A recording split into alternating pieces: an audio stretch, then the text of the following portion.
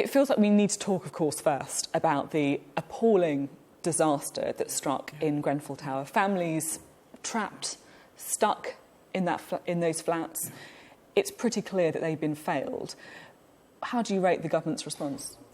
We need to keep party politics out of this, so trying to come at this objectively.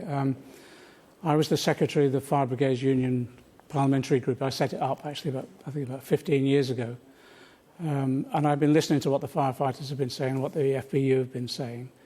And the response has been poor, to say the least, both in terms of the overall organisation. I don't think the government recognised the scale of this disaster. And usually when you have a disaster on this scale, you'll put a government team in immediately to make sure everything is organised effectively, very quickly as well. You'll make sure you're listening to the residents on the ground, and you're empathising with them, of course, but listening to them. And you'll make sure as well that the overall system that's in place is dealing with some of the immediate measures. And one of those immediate measures is obviously the rehousing of the people. And it just looks like, at times, from what we've seen, pretty catastrophic failure. But it's important we learn the lessons from that now. You, of course, have high-rises in your own constituency. How are people feeling? Right. I think most MPs with individual tower blocks, I've got half a dozen in my constituency, have been contacting their local authorities, checking them out. Now, I did that after the South London fire, and we were given a whole range of reassurances. I'm still on the issue of sprinklers, though. I raised the issue of sprinklers in Parliament on behalf of the FBU, actually way back in 2004, and we have consistently. So what I've said yesterday, an appeal to Philip Hammond, really, to say, look, whatever it costs, we need to get them installed. Whatever measures that need to be undertaken, let the local authorities now lift the constraints that they have on their borrowing powers at the moment to enable that work to happen. I don't think people feel reassured at the moment. They want much more reassurance that the professional advice is being listened to. And do you know the best professional advice? It's FBU members, firefighters who have to deal with these crises. I'm interested to talk now about Labour's reaction to it, because Jeremy Corbyn has called for properties in Kensington and Chelsea to be requisitioned. Now, what you're talking about here is some of the most expensive properties in London. I mean, this would cost hundreds of millions of pounds. So I put it to you that you're not making serious policy proposals here. You're playing to the crowd. No, what's happened is, and we've been saying this for a long period of time, organisations like Shelter as well are trying to point out the obscenity of the housing crisis that we've got, the overcrowding, the poor housing that we've got, particularly in our capital city. And at the same time as that, you have properties standing empty for long periods of time.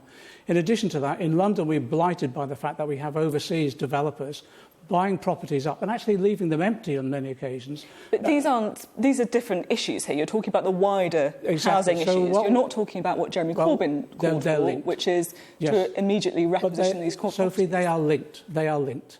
People would not be living in high-rise blocks, unsafe conditions, and some of them very poor quality, if we didn't have the housing crisis. And part of that housing crisis is as a result of allowing housing, particularly in London, to be used for speculative gain rather than housing need. Now, what Jeremy said is if we've got a crisis like that, we need urgent measures. And if there are empty properties nearby, they should be used. And councils have the power to do that already. Through compulsory purchase orders, if necessary, which would take weeks. It wouldn't help, would it?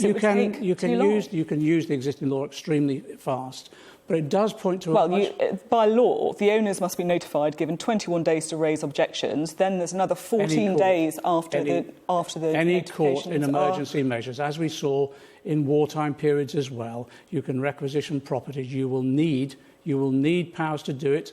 We've got those powers. If necessary, I would have convened Parliament immediately to, if necessary, push new legislation through within 24 hours if that was necessary. We cannot be in a situation where you have people who have lost their homes and we're struggling to find alternative accommodation. No one would disagree with that. And then you have properties standing empty. No one would disagree, of course, with the need to rehouse people as quickly as possible. But my point is more about whether requisitioning property is the best way to do it. For example, hotel rooms could be cheaper, perhaps not as popular, but if you look cheaper. at what happened in some of the hotel rooms as well, people didn't feel comfortable in those. We saw one example of the council moving one gentleman into accommodation for older people, which was completely inappropriate and unsuitable to him. I tell you, I would have done whatever necessary to house those families for what they've been through. And if that need requisition in local properties, yes, if necessary, because they suffered so much. OK.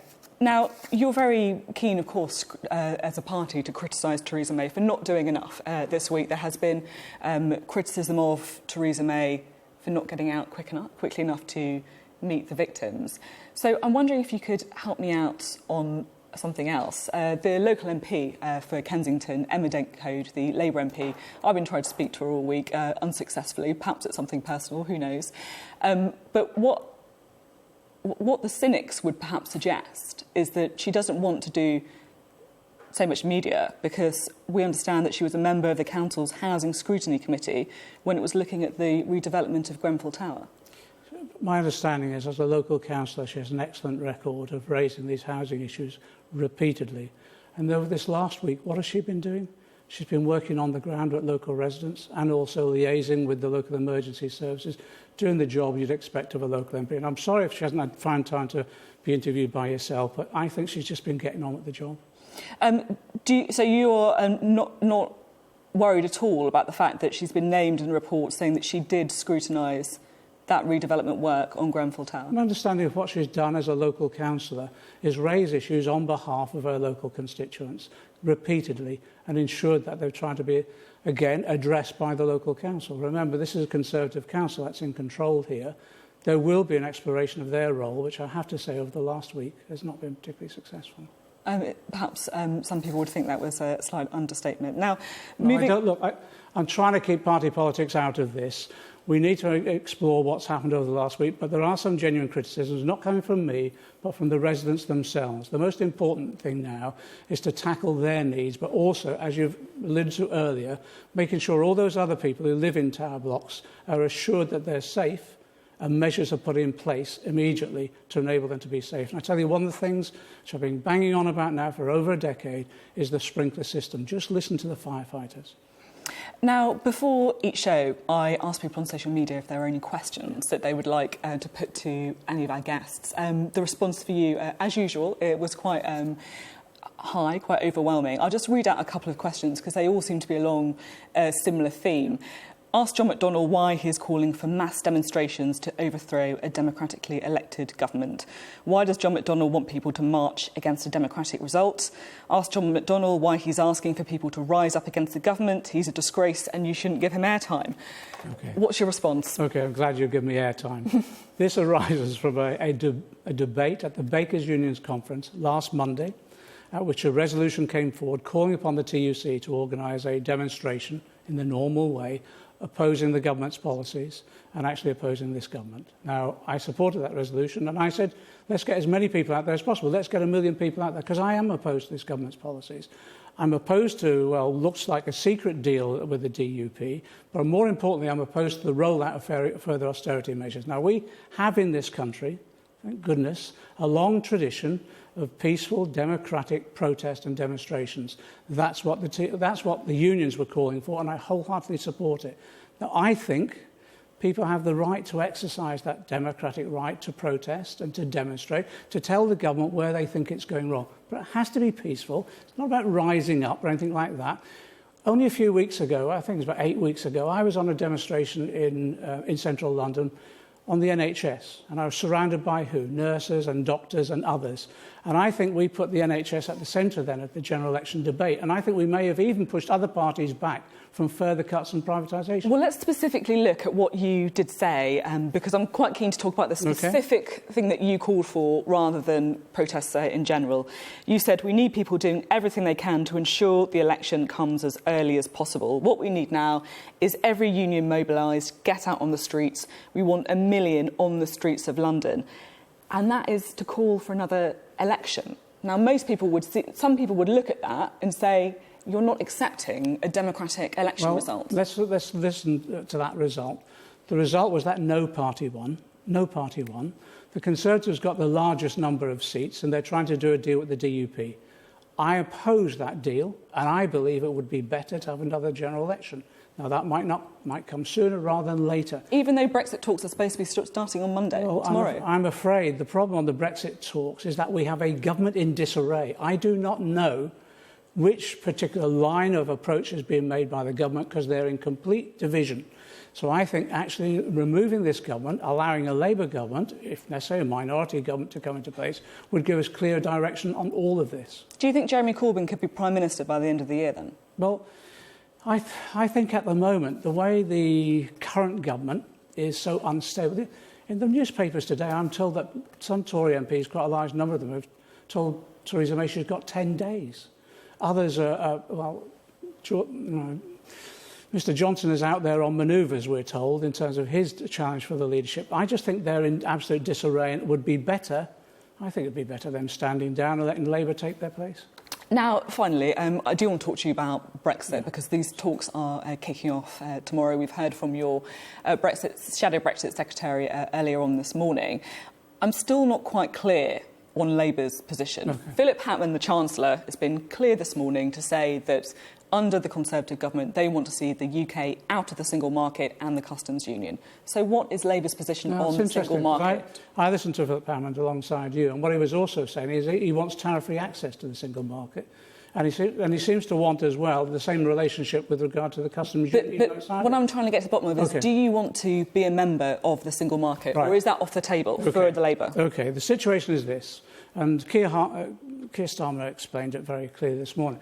Once you leave the EU, formally you're outside the single market. That's the reality of it. But what we're trying to get is tariff-free access to the single market. So that's not membership. Now, so membership is off the table. Is that right? What we're saying, I don't care how we get it in terms of the structure, as long as we get access to the single market, tariff-free, and that means also we're not constrained by the existing rules of the single market, and that's obviously freedom of movement.